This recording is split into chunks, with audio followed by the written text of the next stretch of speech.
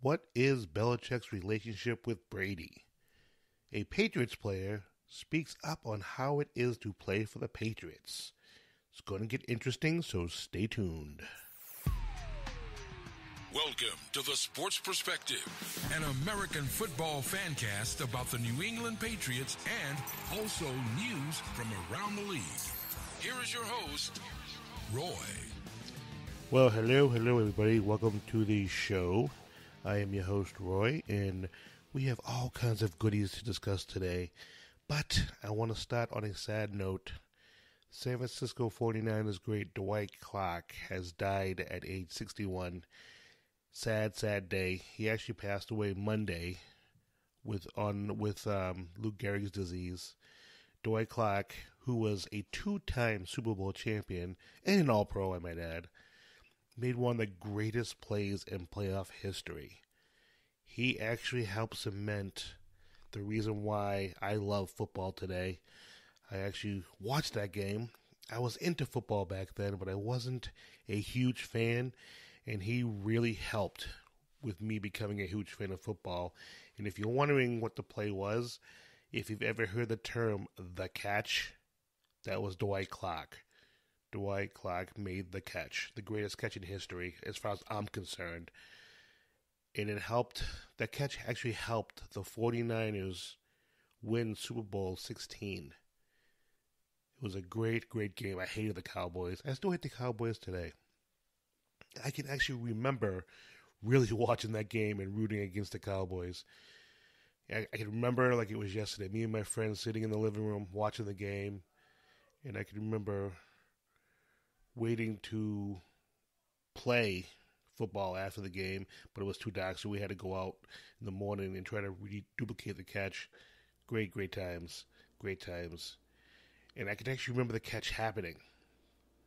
I can remember it like it was yesterday. And I was so happy the 49ers won that game. But anyway, it's a very sad day. The catch actually, if you think about it, kind of ended the Cowboys dynasty from the 70s. And it actually really started the decade of the 49ers. If it wasn't for that catch, it might have never happened. Dwight Clark sadly passed away. And he was a very, very good player.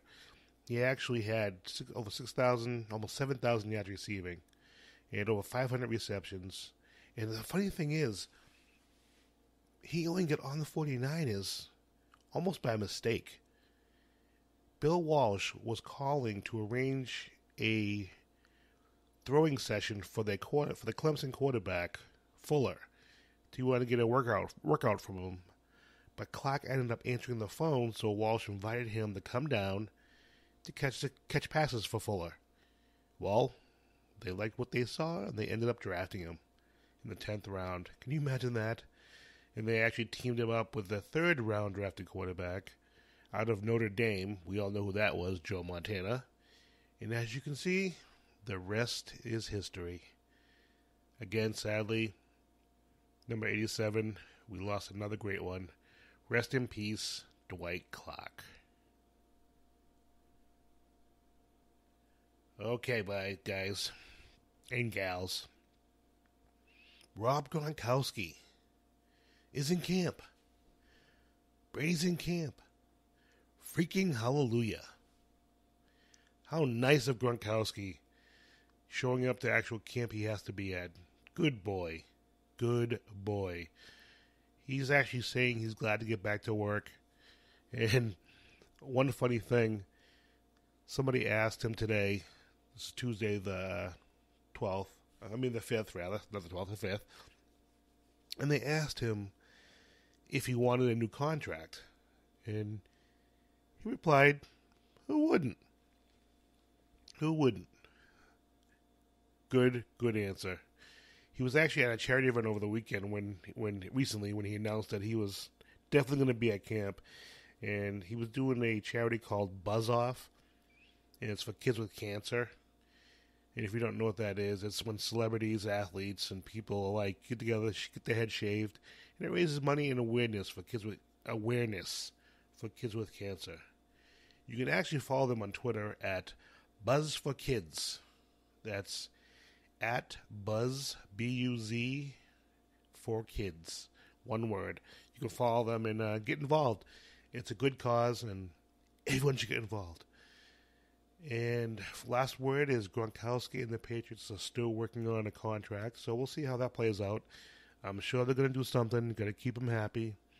Got to keep all these rich babies happy, so I'm sure something will work out. But this is a good one. All the players recently, well, not all, a couple of players recently have been smashing the Patriots and saying how bad it is to play here, how horrible it is to play here, how no one wants to be here, that the players here are all robots, blah, blah, blah, blah, blah. Well, Dante Hightower says playing for the Patriots isn't for everybody. That's very, very true. He says the Patriot way is fun, but it's a lot of hard work, and that it's not for everybody. He also said it's harder here than most places. He says it's not Bill Belichick's job to make this a fun atmosphere. And that is so true. And I'm a Patriots fan, but I totally understand what he's saying. Playing for Bill Belichick must be really hard. But look at what they've accomplished over the last 20 years. It's hard to argue with it. And some players aren't tough enough to handle it. And I'm not saying that you're not tough if you can't handle it. I'm just saying, you know, you just don't want to deal with what you're going to deal with, I guess. You know? Just not people. It's not in some people's makeup to deal with some things you have to deal with. That's all I'm saying. And a lot of teams, the players, they do whatever they want, you know. Whereas here, you could be a great pass rusher, but the Patriots need you to cover the running back coming out of the backfield, and you're the one guy that can do that. Well, guess what? They expect you to do that. And if you just want to rest a quarterback, and that's all you want to do, this is not the place for you. It's just not a place. I think the bottom line is athletes today, they're not built as mentally tough as they used to be. Definitely not as mentally tough. And you definitely have to be mentally tough to play here. Lane Johnson and Cassius Marsh, two boneheads, you know. You're talking smack. Yeah, that's fine and dandy, but you know what? Lane Johnson, you won the championship, and you're still chirping. Cassius Marsh, it sounds like he's bitching because the Patriots cut him and they wouldn't let him do what he wanted to do. Wah. Whatever. Whatever, dude. Whatever. So, what I say is, if you want to win championships, sometimes you got to deal with some things you don't normally want to deal with. And if you can't handle playing in New England, don't sign here. It's not like it's a big secret how things work out here, how things work.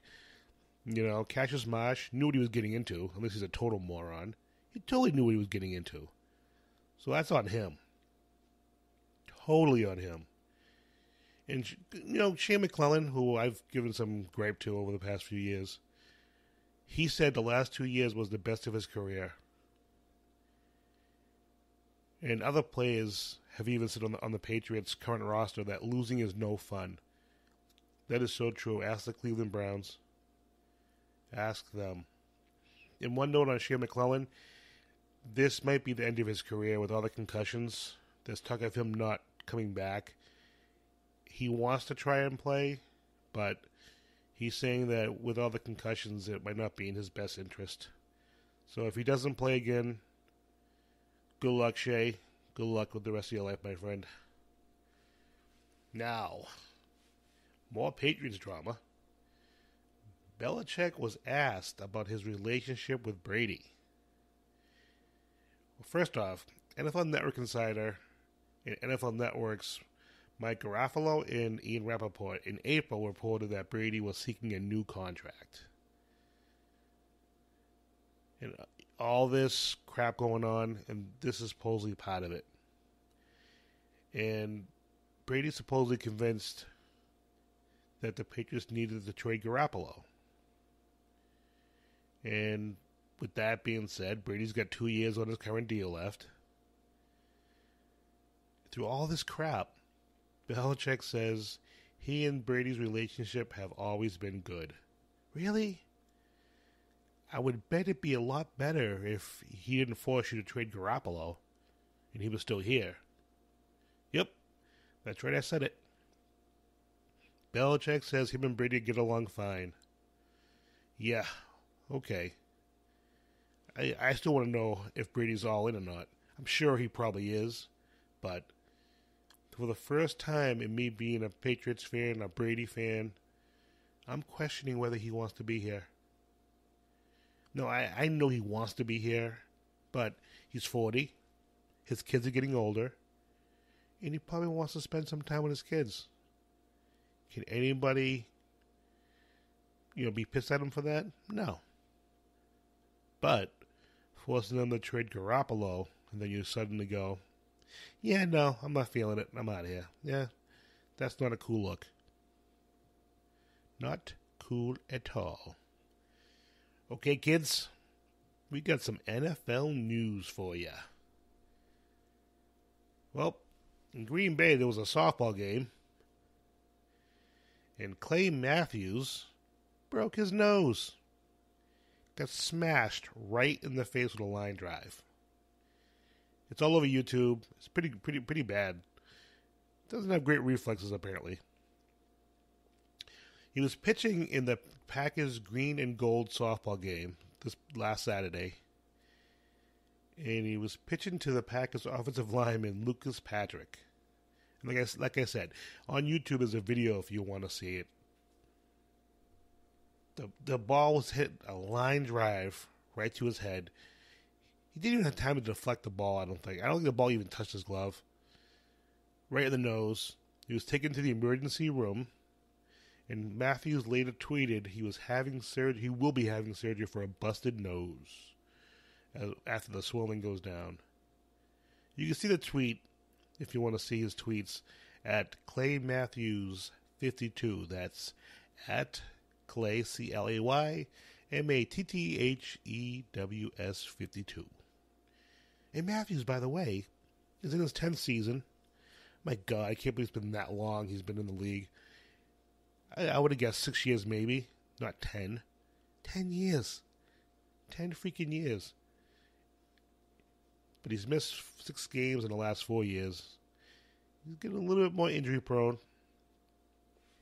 But he's in the final year of a 5-year deal. Well, good luck to him on a speedy recovery, and ouch, that mofo must be in a lot of pain. That must have hurt. I can't imagine breaking your nose. I know a couple of people that have broken their nose, and oh my God. Craziness.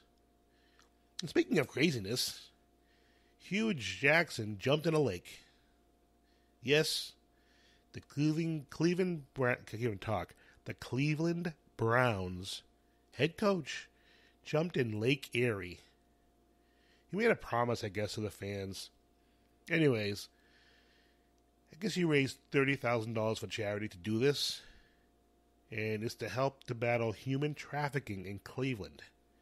Didn't know that was a thing in Cleveland, actually, but okay. He's calling it the cleanse, jumping into Lake Erie. To cleanse the 0-16 off him. Yeah, I think they need more of a cleanse. The man's record is 1-31 as head coach of the Cleveland Browns. Yeah, I said it. 1-31. Numero 1-31. How does he still have this job? I don't know. I have no idea. But they do have all this new talent. And now we're going to see what he can really do with it. Now, they're not great talent, but they're a lot better than what they've had over several years, that's for sure. And I'm predicting this could be a fun team to watch this year. If they just get rid of those orange uniforms, get some cool ones. Orange and brown, those are pretty nasty. Get some cool colors going on. But anyway, I don't know if they're good enough to contend for the playoffs, but I predict, people, they're going to be fun to watch. Remember, you heard it here first. And how about the Chicago Bears? They signed Zack Miller to a 1-year deal. Yes, Zack Miller. Remember him? He suffered that horribly gruesome broken knee late in October. He had to have urgent vascular surgery. He tore an artery, risked his life, and he's had 9 surgeries before January. 9. Dude had 9 surgeries. At 33 years old, his career might be over. But the Bears signed him to a 1-year deal. And he's definitely not going to play this year. He's not playing. But the Bears have signed him anyway. And he'll earn $458,000 for signing the contract. That is very cool. That's very cool. But God love him. Good luck to him. And props to the Bears for signing him to that contract. That's a very classy move. Very cool. And good luck to him. I don't see him coming back. That was brutal. That was very brutal. And another brutal thing. The White House has canceled the Philadelphia Eagles visit. Well, Trump did anyway. And the White House is spinning it now, saying they're claiming it's because only a tiny number of players planned to attend. So what? So freaking what? Who cares? Just do it anyway. I guess the Eagles tried to reschedule it, but it conflicted with Trump's schedule, so it just ain't going to happen. And if you go to NFL.com, in the news section, look for the title, White House Explains Decision to Cancel the Eagles Visit. There's an article there from Malcolm Jenkins.